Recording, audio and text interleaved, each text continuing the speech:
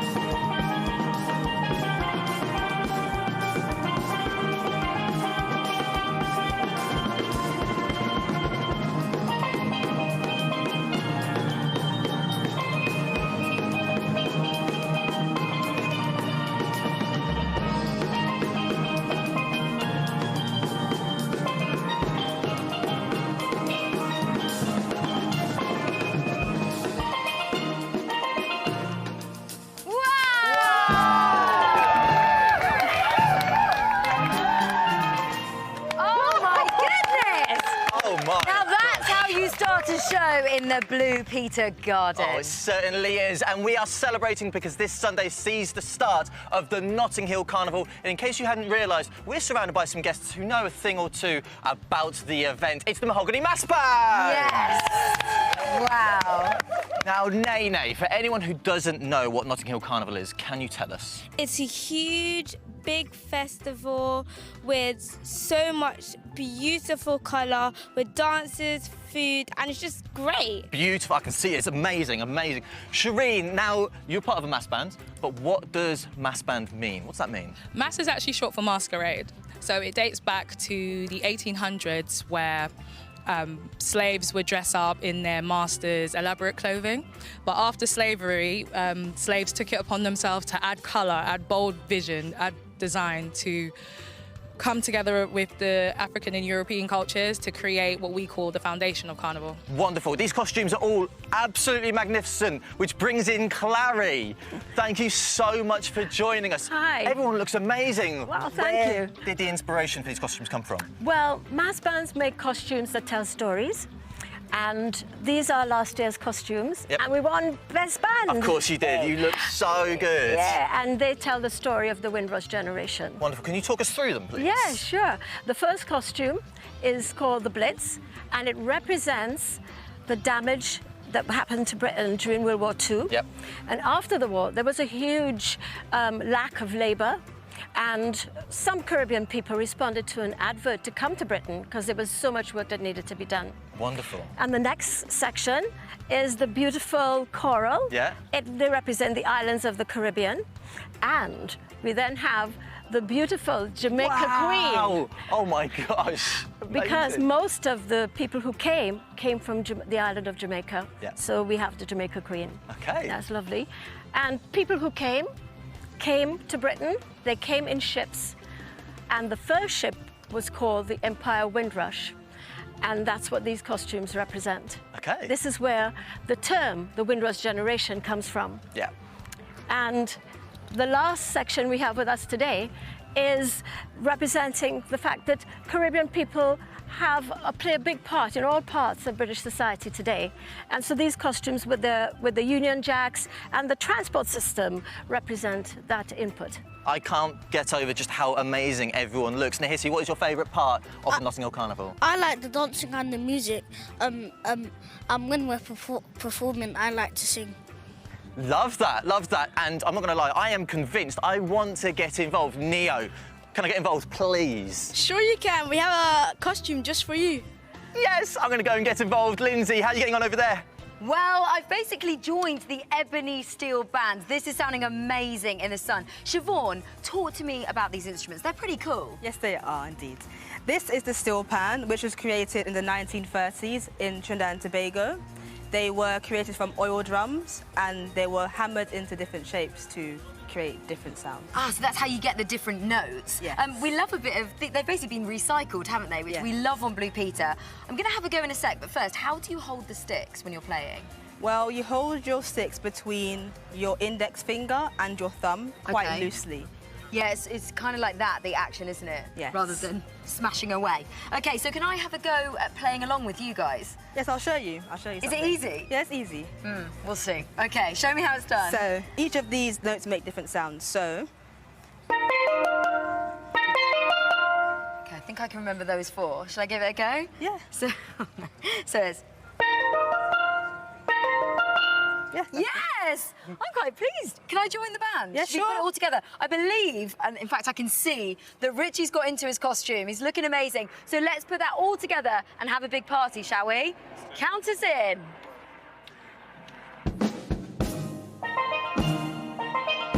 I got it right.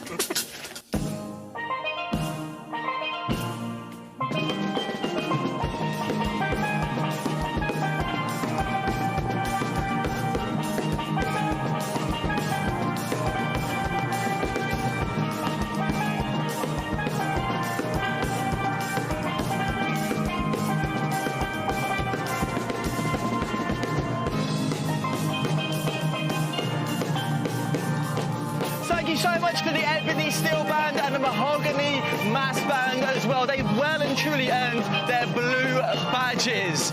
And so have all this lot.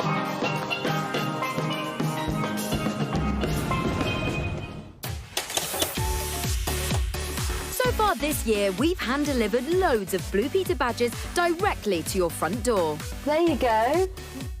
But we've only just begun, people. I, for one, will not rest until as many of you have got your hands on a badge as possible. So it's time to hand out not one, but two brand new blue badges. So the first person we're surprising today is 12-year-old Molly. Now, she wrote into Blue Peter and told us all about the amazing work she does volunteering right here at a rabbit rescue centre. So I've got the badge and I'm going to go surprise her. Let's go. Hi. I've never seen so many rabbits in my whole life. Are you Molly? Yeah. Hi, how are you? Surprise! How are you doing? Fine, thank you. We're here from Blue Peter, so guess what I've got for you today? Just in here. Oh my God. A BB badge for you. Shall I come round? Okay. I'll come see you and help out, yeah? Okay. So there is your first ever Thank you. Blue Peter badge. It's well deserved. So what do you do on a day-to-day when you're volunteering? Cleaning out their pens, doing the water, and then weighing them towards the end. And basically just socialising with them and, you know, spending time with them, giving them attention. This is the best job ever. Let's stop rabbiting on about the job and get stuck in. We begin by weighing these brilliant bunnies. Why do you think it's important to weigh the rabbits? Why is that part of their routine? To check that they're healthy and normal weight, and to keep track of, like, how much to feed them. First, we've got to catch them. We've got dandelion leaves. Hopefully this works. Come on. Yes, see, you like that. OK, grab them. Oh, my gosh, I'm holding a rabbit. I've just got her. Was I meant to do that? Yeah. I've gone for it. I've got a rabbit. The rabbits at this rescue centre are weighed every day. Pop them on, like, here. 1.57. Yep. To make sure they're as healthy as possible. So if I just put you on here, so 2.9. With their weight recorded, it's feeding time. Look, she loves it. It's important that rabbits have a varied diet, including leafy greens and vegetables. Do you think I could take all of them home? No. Really? There's space in the car, isn't there? Molly's right, I can't take these rabbits, sadly. They're going to stay here until they find a good home. Next up, I'm pretty excited. It's time for something a little bit different because Oliver wrote into Blue Peter to tell us all about his achievements at Beavers. So we thought we'd set up a big secret scout party in his back garden. So first, we're going to need some scouts and we're going to need a camp. Let's go. Come on, guys. I've brought in some of Oliver's scouting friends to create a classic camp-out in his back garden. Where should we put it? Yeah, that's it. It's the perfect beaver-based blue badge surprise. These guys certainly know how to set up camp. Now we just need to wait for Oliver and his little brother Joshua. Here we go. Ready? 3, 2, 1. Surprise! Hi, Oliver. And Joshua, come over. How you doing? Surprise. Surprise! Guess what? You wrote into Blue Peter, you wrote us an amazing letter to tell us all about your Bronze Award and all about the amazing, amazing things that you've done with beavers. And what did you say that you wanted? Blue Peter. Guess what I've brought with me to hand deliver in front of all your mates? Can we get a big round of applause for the amazing Oliver? You got your own BP badge! Well done! Oliver's badge sits proudly on his uniform. And as we're on a scout camp, we're going to do something scouty with leaders Ash and Alex. We're going to do some knots. And now, knots are really useful for you all. Can be used in building things and fixing things. We're practicing our knots with sweetie laces, and expert Oliver is showing me how it's done. Pull a little bit, and then what? Left over right, and under, and pull. So in the time you've done how many? 3, 15? I've done 1. I've got another surprise up my sleeve. You're not the only one who wrote into Blue Peter. Someone else here did as well. Who was that? And what did you write in for, Joshua? The sports one. The Sport Badge 2019. Guess what I brought with me today? It is your very own Sport Badge 2019. Give it a round of applause, everyone. There you go. Just like these guys, you too can get hold of your very own BP badge. And it doesn't have to be blue. So what are you waiting for? Apply for yours now. Well done, all of you. If you want to earn your blue badge as well, then send us your stuff. You never know, you could end up on this wall joining this lovely lot. That's right, just like Harry and Millie, who've got their blue badges. For doing these, look, they've got the whole BP outfit on. They've made it all themselves. They've done the logo, the diamond badge, and then their hair is even blue. Look at that attention to detail. We love it. Well done to 9-year-old Sophie from Dorset, who made this incredible Henry model, which looks so lifelike. It's going to bark any second. Yeah, I think he likes that. Another bit of post for Henry. Look, this has been sent in by Finley. It's a little doggy bowl, and it's all multicoloured, and inside it even says Henry. What do you think of that, Henners? Do you like it? We'll give it to him. We'll make sure he gets it.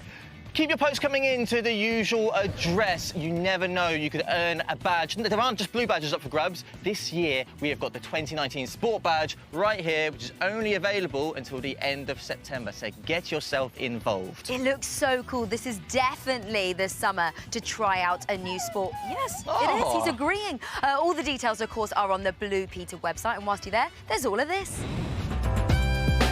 It's Carnival season on the website, and we've got a Notting Hill Carnival quiz for you to test your knowledge on. Find out how much you know about one of the UK's most iconic events. Tell us how you got on in the comments.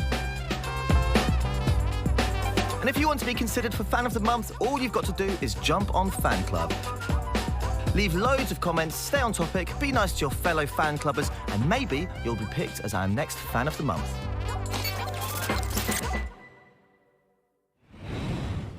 OK, we're keeping these Caribbean vibes going. I'm so excited for the next bit because we are joined by TV chef and all-round legend. It's Ainsley Harriott! Why, hello, Lindsay! I think this is already the best day of my life. Hi, guys. They're all watching, they're loving right. it. Before we get going, why is Caribbean food so brilliant, do you Caribbean think? food just delivers. I think it's because of so often you eat it. It's seasonal produce. It's food that's literally come out of the ground at the right time. So fresh. And it's fresh. And, you know, yes, for us here, sometimes it's bought from other parts of the world, but it just delivers. It's so nutritious, too. We know about what it's done for the likes of Usain Bolt. Yes. Do you know what I mean? If it's good enough for him, it's good enough for us. If it's good enough for Usain, it's good enough for you. Right, come on. You'll be running to school after this. Let's focus. What are we going to be making today? We're going to be doing Ackee and Saltfish fritters with a beautiful roast pepper chili rui.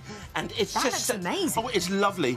And that's people are going to be able to find out all about these recipes. They're going to have them all online. So don't worry about sort of thinking, I can't write this down quick enough. Lynn, we're going to make sure that they're able to make it. I'm excited. Let's start. What do we need to put in first? I've got to say, I've already got some frying here. Okay, so I want to show you you what it's like when we take them out of the pan onto the plate afterwards. So we're going to start off with here. We've got a little bit of spring onion going in there, yes. Get it in. There's spring onion going in there. We've got a little bit of Scotch, have a smell. Ooh! Scotch bonnet pepper. Spicy. Okay, Very spicy. Scotch bonnet. But I often say it's not just about the spice with Scotch bonnet, it's also about the flavour. Because different chilies have different flavours. Some of them have got a little bit of sweetness to it. If you don't like chilli, just eliminate it. I like it. I like it too. Let's get it in. Get a parent to help, by the way, if you put that in. Okay, yeah, please, guys, do get a parent help, because if you touch the chilli and it gets into your eye or on your skin or something like that. What my mum used to do, I should tell you, a little bit of pepper going there. What my mum used to do is she actually, we got some bit of paprika going in there too. Love paprika. Okay, and we've got a little bit of baking powder going in there too. Half of that went on Rob, the It did, cameraman, half of that. Oh, let's have fun. Look. Oh, wow! Ainsley! What are we like? Come on! Don't you dare try that in the kitchen. Here we go. And this is the flour, 340 grams of flour. Okay, all of that going in there. It's in. And you're just mixing it around, right? Mixing it in. We're combining all these lovely flavours together. And water. Okay, all right, now, you're never going to be able to create a batter or anything like that until you add the water. And it's got to be cold, is that right? It's got to be ice cold. I'm really glad you mentioned that, because a lot of this... No, I'll tell you why, Lindsay. A lot of people go out and eat tempura now. They have tempura batter. And they say, if you want the crispier the tempura, the colder the water needs to be, or the colder the batter needs to be. It'll go soggy, won't it? Right. And really so heavy. They often put a bit of ice or something like that. Oh, really? Yeah, we need a little bit more water going in there. Okay, I'm just going to be using. That's it. Look, see, I just kind of got to Go away. Be very, very natural here, looking for the right consistency. It's actually gone quite almost like elastic, like sticky, hasn't it? Glutinous. Is that what you want? That's it, glutinous. Okay. Not quite. That's why I've added a little bit more water to it. Okay. Sure. Every flour is different. Yes. Children need to realise that. All the flour, I'm talking about plain flour, when you're using flour, it's different. You know, you can get sometimes 0% flour. It reacts differently, so you need to make sure that's right. Now, to that mixture, we've got here some saltfish. Okay, that saltfish. Looks amazing. What they call in Spain bacalao, which you can actually get in a tin. Bacalao. Okay. Bacalao. Okay, saltfish. And saltfish, I've got to say, in the old days, we didn't have refrigeration. So in order to preserve the food for, you know, if you went on tour or something like that, you're out in the boat, you would have, there are just a little bit more water in there, you would have preserved it in salt. Okay, the idea is keep it fresh, basically. Let's get it in. So it can last for a long, long time. This is looking good. That's fantastic. And then now let's come to the final ingredient, because when you brought it in today, I thought it looks a bit like scrambled egg. It does look a bit different. I'm just turning these over. Okay, you're so right. It did look like scrambled egg, and it's right to kind of recognise it, because that's what it looks like. It's very similar. But we were talking about Ackees. Ackees are something that one would get from the tree. It was like the only way I've described it's like a little red pepper, and it's on the tree, and when it ripens, it opens up, it releases the gas. Oh, wow. And then inside you've got these wonderful Ackees with a little black seed on top. You take them out, you poach them in water for about 15 minutes. You can only buy them in tins here. Okay. But I tell you what, you'll be so rewarded. Look at that. You can see, look at the shape of that. It's almost Oh, that smells great. It does smell. It almost looks like a little bit of a yellow kidney there, but that's the only way of describing it. But the flavour is quite unique. Just mixing that And it already through. smells great. What if you can't find it? What can you do instead? Just add a bit more water. I wouldn't. It's kind of like, say, you know, trying to completely separate a recipe. But you can have something like a sweet corn fritter. Oh, I love sweet corn fritters. So look, we've got the fish in there, haven't we? We've got the Ackees in there. Why not put some corn in there? A little bit of a spring onion in there. Bit of a crunch as well. You know, food, Lindsay, is about experimenting. Yes. You know, one of the things we want to get across to you guys, experiment, you know, make sure adult is around, but experiment. Yes. That's really the thing, isn't it? Indeed. OK, so the recipes for these are all going to be on the BP website, but just to remind you, this is what you're going to need if you want to make your very own. You'll need to grab 450 grams of saltfish, a spring onion, a small red pepper, a teaspoon Scotch bonnet chilli, 340 grams of plain flour, that's important, 170 mils of cold water, a teaspoon of baking powder, a teaspoon tablespoon of smoked paprika or paprika and 280 grams of tinned ackee.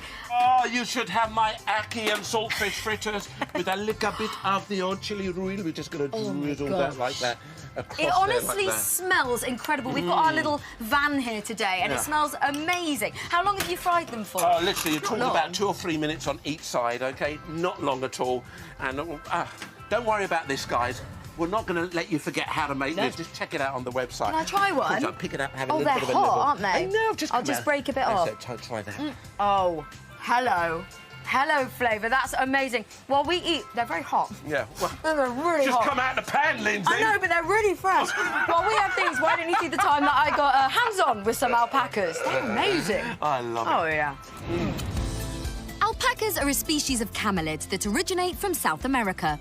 Although a trip to Peru would have been great, I couldn't say no to a day out on the farm. But I'm not just here to gawk at these fluffy beauties all day. I'm here to meet alpaca farmer Tim Hay.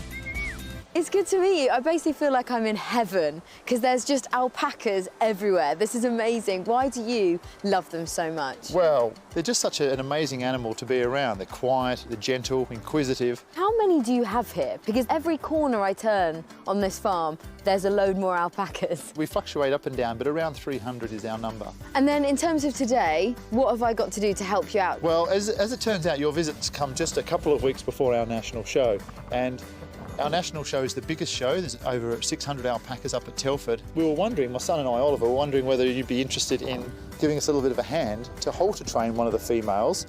And if you get on well and Oliver thinks you're up to the right standard, maybe you'd be good enough to take that in the ring for us at Telford. I was born for this. Let's do it.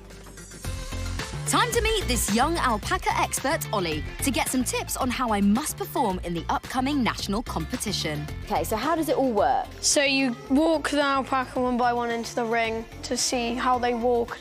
You line up one by one and the judges come round and judge them one by one, bearing in mind on their fleece. So do I need to choose one that I'm going to take to the competition? Yes. So I basically need to become best mates with an alpaca really quickly? Yeah. Turns out that's easier said than done. Hello, mate. Are you the one? Hey! Do you want to go to the UK Championships with me? Hey, mate. No. I just feel like they're not as into me as I am into them. Come on, you could be the one. Look, this one's nice and friendly. Hello. Please don't bite me. Hi. I think this is the one. I think I found my alpaca. Look! What's her name? Kenzie. Yeah. Inca Kenzie. Good name. Kenzie, Lindsay, Dream Team. Head collars on, Ollie shows me how much alpacas love to walk using his favourite incognito. So you take one hand and hold it quite tight to the collar. Yeah. And then you loop one bit of the lead round your hand like that. OK, I've looped. I'm ready to walk. Do you want to show me how it's done? OK. Off you guys go. Oh, she's good. Yeah. Straight off. Shall I follow you? Yeah, OK. OK. Oh, she's kind of walking me. I can't believe she's walking. Why is she doing that with her neck? Oh, stand up. You carry on, Ollie. I'll catch you up. What are you doing? Mate, I'm not even holding up. If we want to do well in the arena, Kenzie and I are going to have to step it up. The judges don't want to see an alpaca with a wonky neck. She wants to walk like that, and I have no idea why. I'm not even pulling it. Come on, walk straight. There, that's it. After a couple of laps, Kenzie's loving it, and so am I. Yes, no, this is our best yet. We're starting to run. I don't know why. Stop running. Why are you running? Kenzie and I are definitely bonding. I love you. It was her first time and there's things you could improve on, but it was very good. So the pressure's kind of on because the next time I see her, it's at the championships and I've got to do everyone proud and somehow get an alpaca to do exactly what I want.